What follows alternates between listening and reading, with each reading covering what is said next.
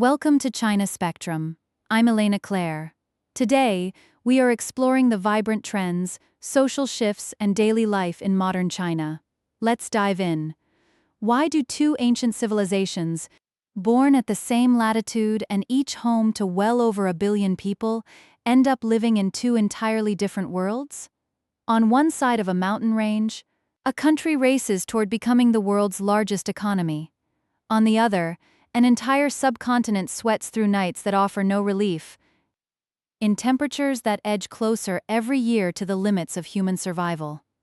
The answer is not only about politics or policy or culture, it is written into the land itself, and it is unfolding right now, in real time, in a wave of extreme heat that is rewriting the rules of human endurance. Let us start with what is happening on the ground, right now. This past week, global temperature records have been shattered with numbing regularity. But nothing compares to the inferno now consuming India. Across multiple districts and states, temperatures have rocketed from 45 degrees Celsius to 48 degrees in a matter of days. In isolated pockets, the mercury has nudged against the 50-degree mark.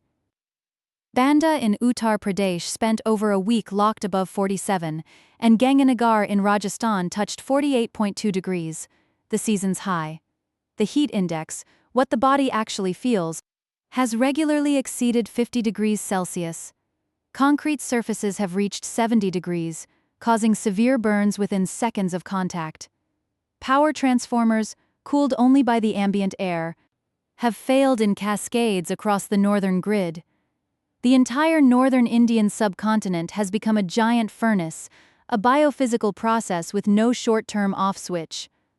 Here is the truly terrifying part. The heat does not relent when the sun goes down. Nighttime minimums across the hardest-hit regions remain stubbornly locked above 30 degrees Celsius. In South Rajasthan and Vidarbha, lows hover between 29 and 32 degrees, leaving the body with almost no recovery window. India's meteorological department reports that minimum temperatures are running 3 to 5 degrees above normal across vast swaths of the country.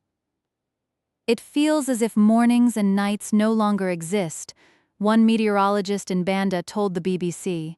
1.4 billion Indians spend their nights drenched in heat, their bodies unable to shed thermal load, their organs grinding through chronic overexertion hour after hour, week after week.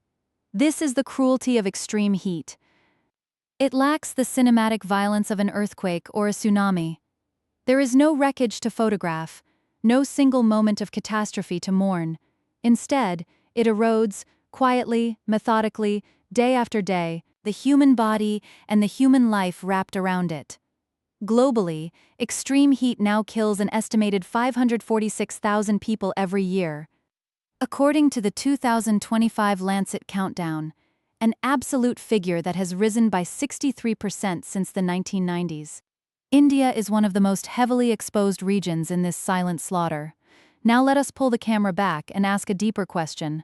Why is this happening to India, specifically? Look across a single mountain range to China. Same latitude, same season. Guangdong Province, deep in the south, averages around 35 degrees Celsius in midsummer.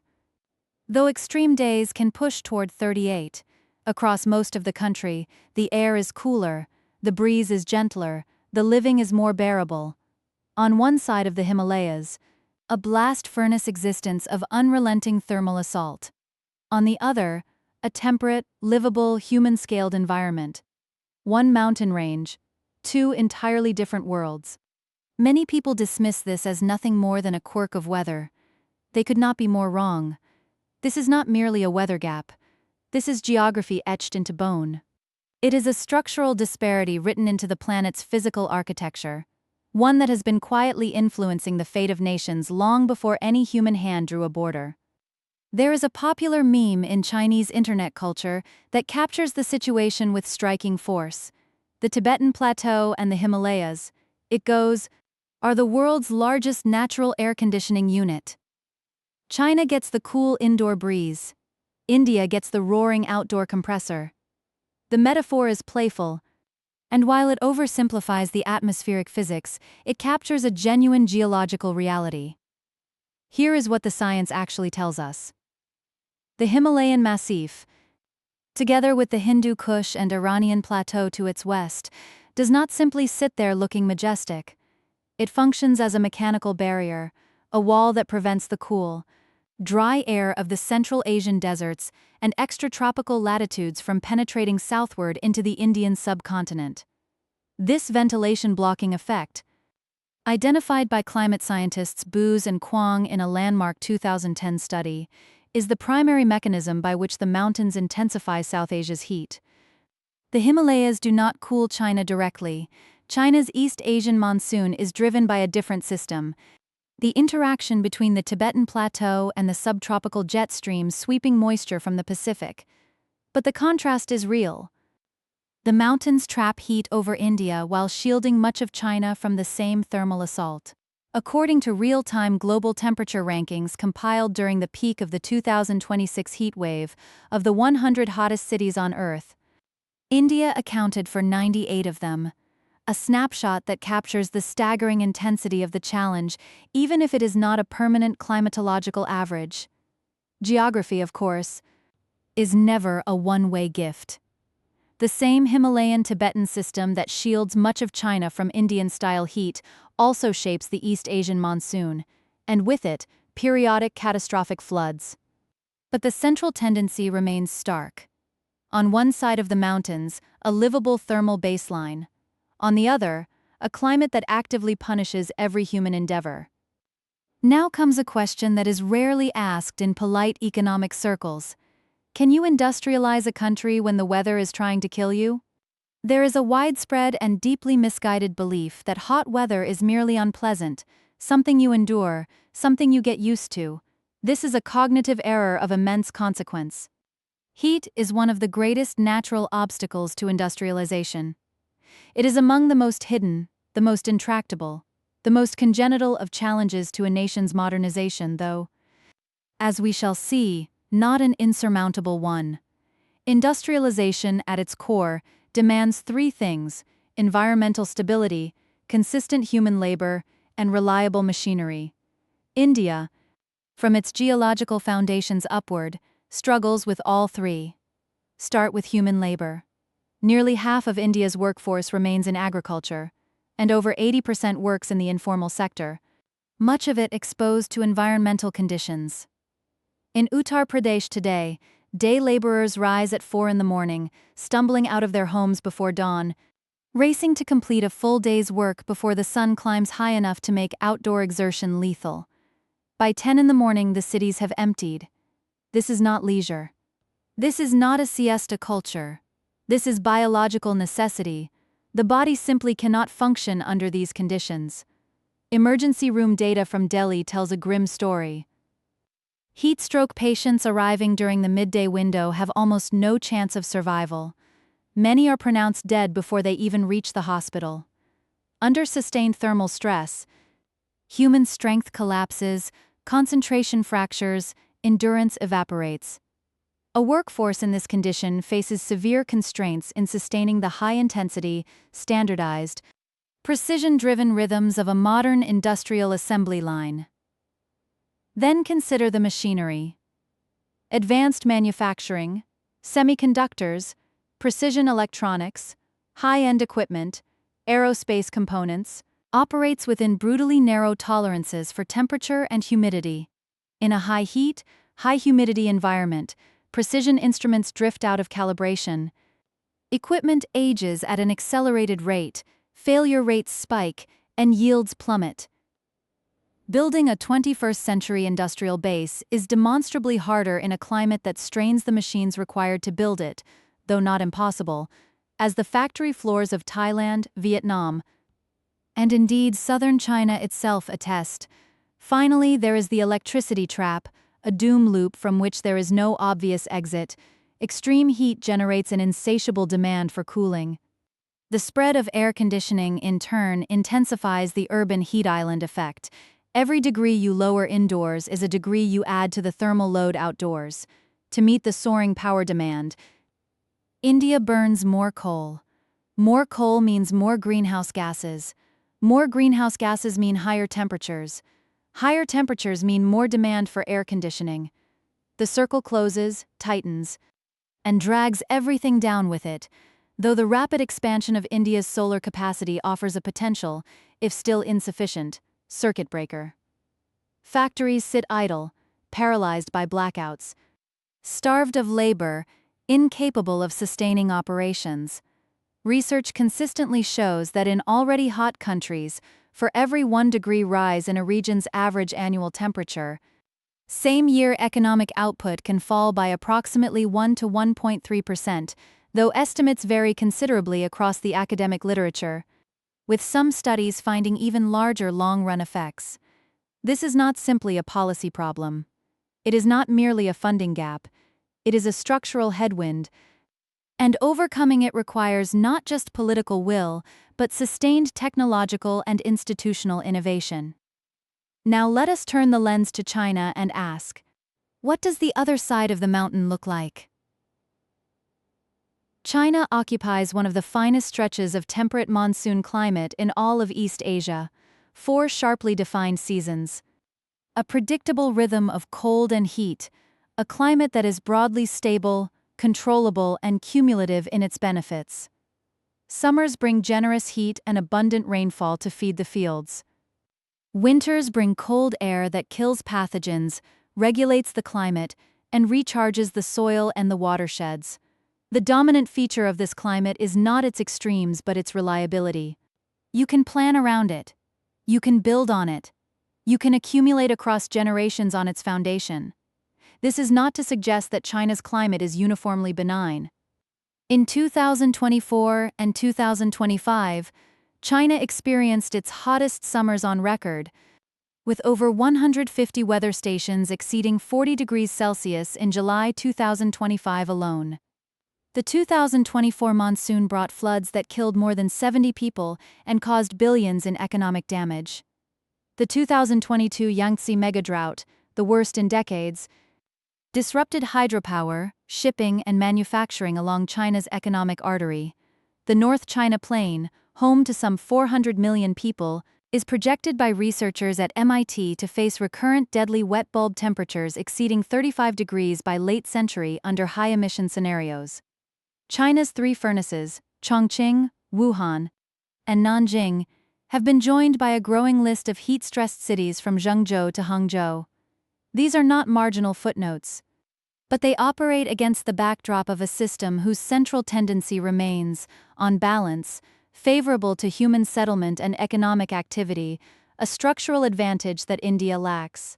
In the agricultural era, this meant China could harvest in autumn and store through winter, stockpiling grain, wealth, and materiel across seasons and years. This allowed for primitive capital accumulation, which in turn supported a class of artisans, bureaucrats, and soldiers, which in turn enabled the construction of a complete system of state governance. For tropical and subtropical regions, the calculus was different. In pre-industrial times, persistent humidity and year-round warmth made long-term storage of grain more difficult, a factor that may have influenced early patterns of state formation, as scholars from Montesquieu to Jared Diamond and Jeffrey Sachs have argued. But these constraints were never absolute. The Han and Tang dynasties, the Maurya and Gupta empires, the Mughal Empire, which at its peak around 1700, accounted for roughly a quarter of global economic output from a predominantly subtropical base, and the Khmer Empire that built Angkor Wat, all demonstrate that tropical geography is not a bar to power. In the modern era, refrigeration, chemical preservatives, and airtight storage have eliminated the spoilage problem that once disadvantaged tropical societies. The historical record broadly confirms a temperate zone advantage in state formation and economic development. The British Empire, the United States, and Russia were all born and bred in the temperate zone. But the exceptions prove that tropical geography is a headwind, not a wall. Singapore is sometimes cited as a modern counterexample. Its prosperity owes much to its strategic position astride the Strait of Malacca, British colonial legal and educational institutions, and a post-independence government that aggressively invested in air conditioning, public housing, and global trade, demonstrating what determined policy, quality institutions, and technological adaptation can achieve in a tropical setting. So climate is one half of the geographic equation, but the physical shape of the land, its bones, its contours, its internal logic, has delivered a verdict just as decisive. At first glance, China and India appear to share a similar geographic template. Both are backed by a high plateau and open onto the sea. But the structural reality is the precise opposite. China's geostrategic center of gravity lies on its coast. India's lies buried deep in its interior. China's great rivers, the Yellow, the Yangtze, the Huai, the Pearl, all run west to east, cutting clean channels from the continental interior straight to the Pacific. The North China Plain and the Middle and Lower Yangtze Plain form a single, vast, contiguous expanse of flat, fertile, hyper-connected heartland. This topography delivers three decisive advantages. First, unity. A broad, unbroken plain has no natural barriers.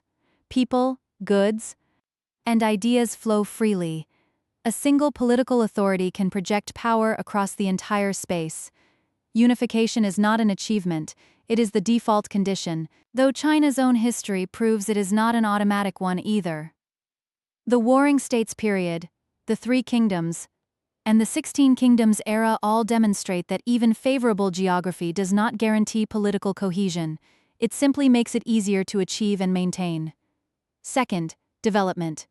The East-West River Network functions as a natural logistics artery, linking inland production zones to coastal ports at vanishingly low cost.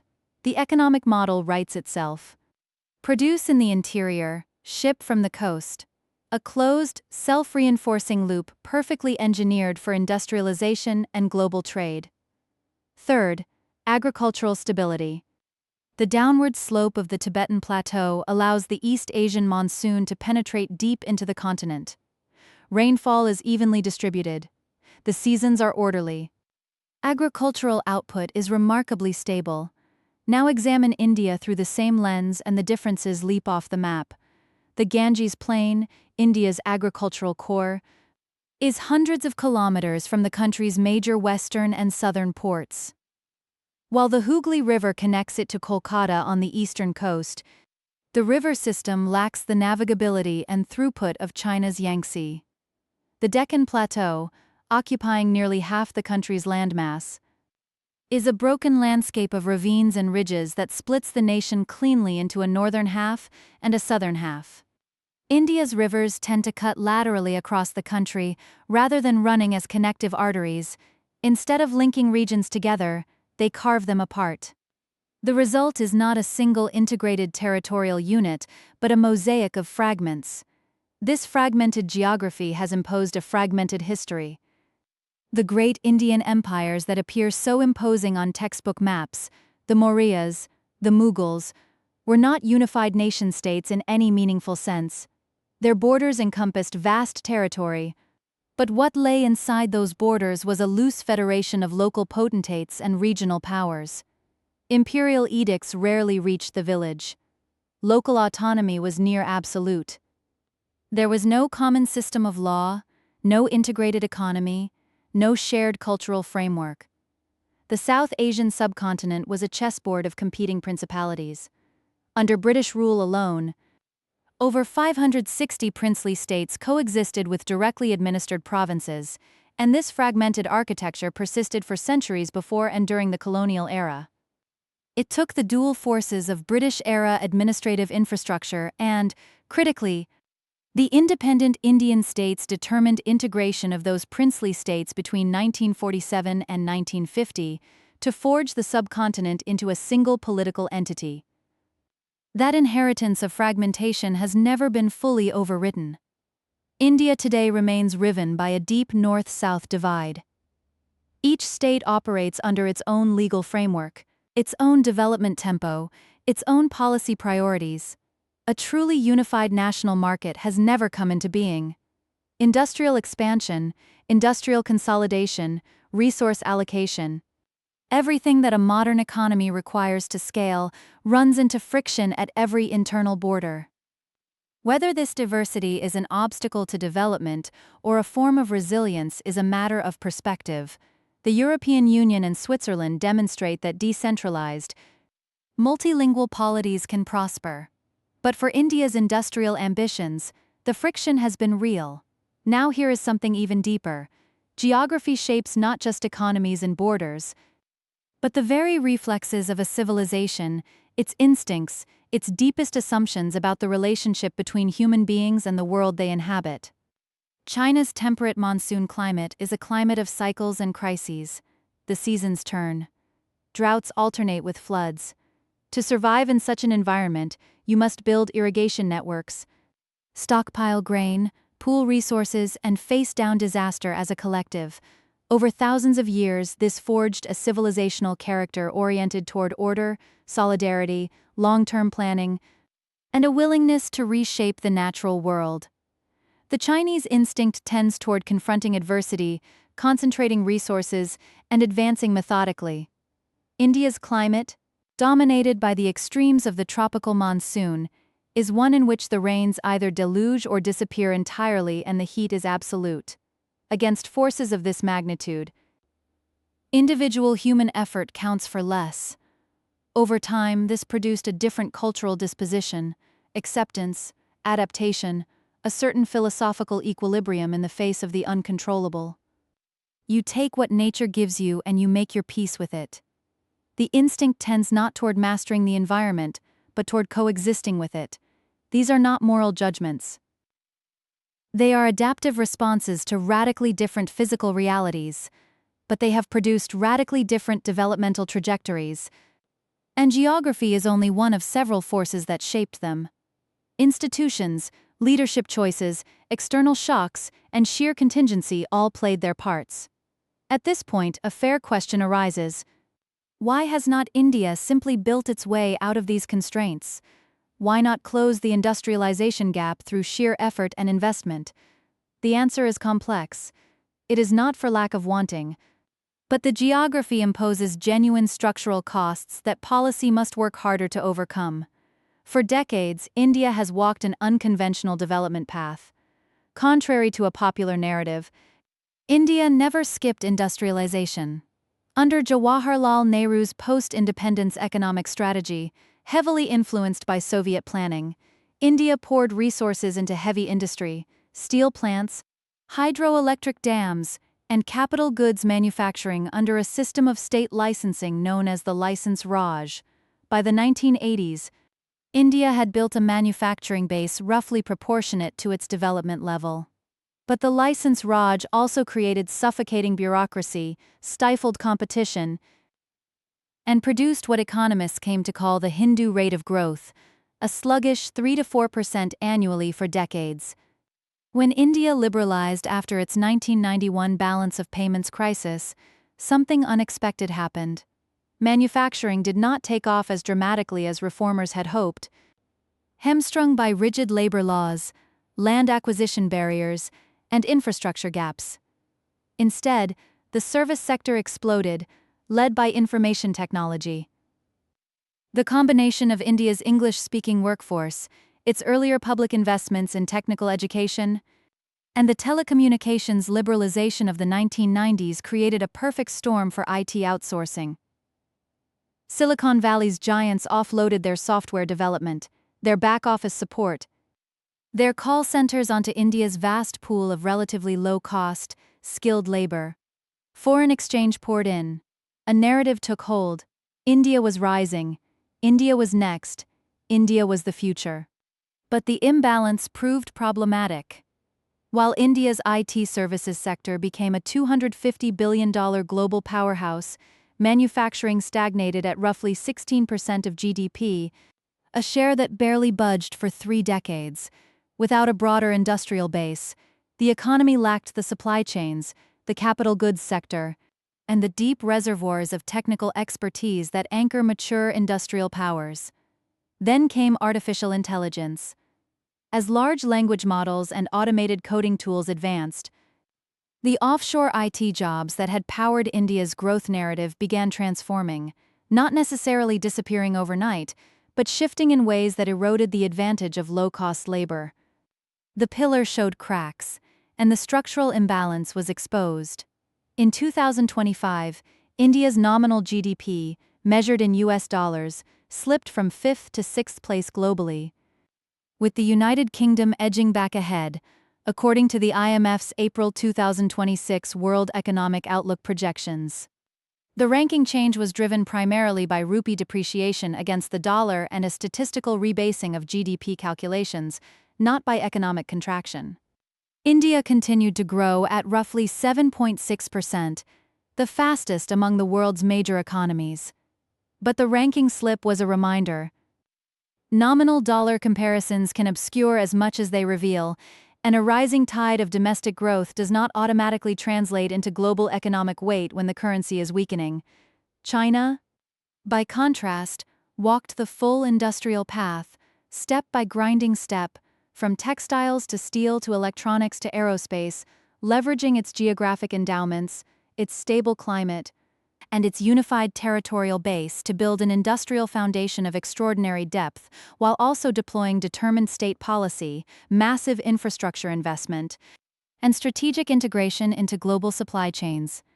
Today, China accounts for roughly 30% of global manufacturing output.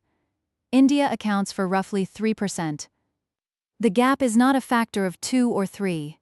It is approximately tenfold. Closing it will require not only better policy choices and smarter leadership, but also a sustained effort to overcome the genuine geographic headwinds that nature has dealt. There is a temptation, reading this analysis, to conclude that the story is fundamentally about China's good fortune and India's misfortune, a kind of geopolitical schadenfreude. That temptation should be resisted, because a far more dangerous chapter is about to open. Deep in the Pacific Ocean, a powerful El Niño event is now gathering force. Through the great connective chains of global atmospheric circulation, it will directly weaken the southwest monsoon, the warm, moisture-bearing wind system that is the literal lifeblood of Indian agriculture. Nearly 70% of India's annual rainfall arrives during the monsoon, and roughly half of the country's farmland lacks irrigation, depending directly on seasonal rains. The India Meteorological Department has already issued its official forecast. The 2026 southwest monsoon will deliver below normal rainfall, with the central estimate at 90% of the long-period average. This marks the first time since 2015 that a below-normal monsoon warning has been issued as early as April. The implications are stark. India's core food crops, rice, wheat, pulses, face the prospect of sweeping production shortfalls. Food shortages, price spikes, and an inflationary spiral are already queuing up on the near horizon. The Reserve Bank of India has repeatedly identified El Niño and subnormal monsoons, alongside geopolitical conflicts and supply chain disruptions, as key risks to the country's economic and inflation outlook. And this is only the near-term picture. The planetary climatic baseline has risen across the board. The years 2023 and 2024 were the two hottest on record, and 2025 is projected to rank among the top 3, making the 2023 to 2025 period the warmest consecutive 3 years in the instrumental meteorological record, according to NASA and the World Meteorological Organization. This is not a temporary fluctuation. It is a long-duration, structurally entrenched trend. Climate warming is an elevator that only goes up. El Niño is the lurch inside the elevator car. Combine the two, and the resulting intensity of extreme weather is something neither phenomenon could produce on its own. There is a seductive temptation to view all of this as India's problem and India's problem alone. That would be a catastrophic misreading, and it would also be morally obtuse. The mountains have shielded China, but the mountains have their limits. The Tibetan Plateau is China's natural fortress, but it can block air currents. It cannot block the melting of its own ice. According to the International Center for Integrated Mountain Development, Himalayan glaciers are losing ice at an accelerating rate. 65% faster in the 2011 to 2020 decade compared to the previous one. If current warming trends continue, these changes are projected to become largely irreversible over centennial timescales. In the short term, this means devastating glacial lake outburst floods. In the long term, it means the complete transformation of the water systems on which the whole of South Asia and East Asia depend. The rivers of both India and Western China are fed by the Tibetan Plateau's glacial reservoirs. If those reservoirs collapse, the development crisis in India will go from severe to existential. And China's own ecological, agricultural, and water security calculus will be thrown into uncharted territory. The North China Plain, home to 400 million people, faces its own wet bulb temperature risks under high-emission scenarios. Geography giveth, and geography taketh away. By the end of this century, a substantial fraction of the world's population may be chronically exposed to dangerous levels of heat stress. The infernal temperatures now gripping India are not a private tragedy playing out inside a single nation's borders. They are the opening sequence of a global stress test that no country will ultimately be able to sit out. So what is the deepest truth that geography teaches us about the fate of nations? It is a truth that runs counter to almost everything modern political discourse believes, yet one that must be held in tension with the undeniable role of human agency. We speak endlessly of policies, institutions, leadership, reform. We celebrate the Chinese development model or lament Indian governance failures. We scour the data for the secret ingredient, the replicable formula, the policy lever that might close the gap between the two giants. But geography does not determine destiny, it conditions it. Stripped of all its layers, the logic is powerful but not total.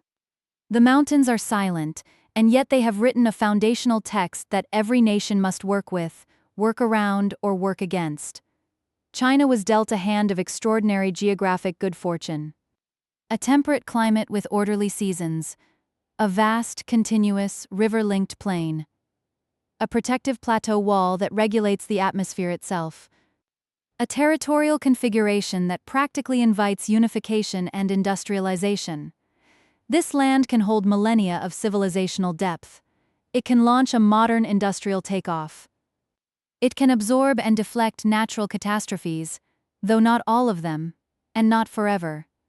It is, in the most literal sense, one of the premier pieces of real estate that geology has ever offered to a human civilization. But geography alone did not build China's manufacturing dominance. Policy, reform, integration into global markets, massive infrastructure investment, and the disciplined application of state capacity turned geographic potential into economic reality. India was dealt a hand of extraordinary difficulty, unsurvivable heat in its extremes, a fragmented topography, monsoons that swing between deluge and drought, an economy that has struggled to build the industrial base that would give it weight and resilience. Each of these weaknesses alone would be serious. Together, they form a set of structural obstacles that make development harder, not impossible, but harder.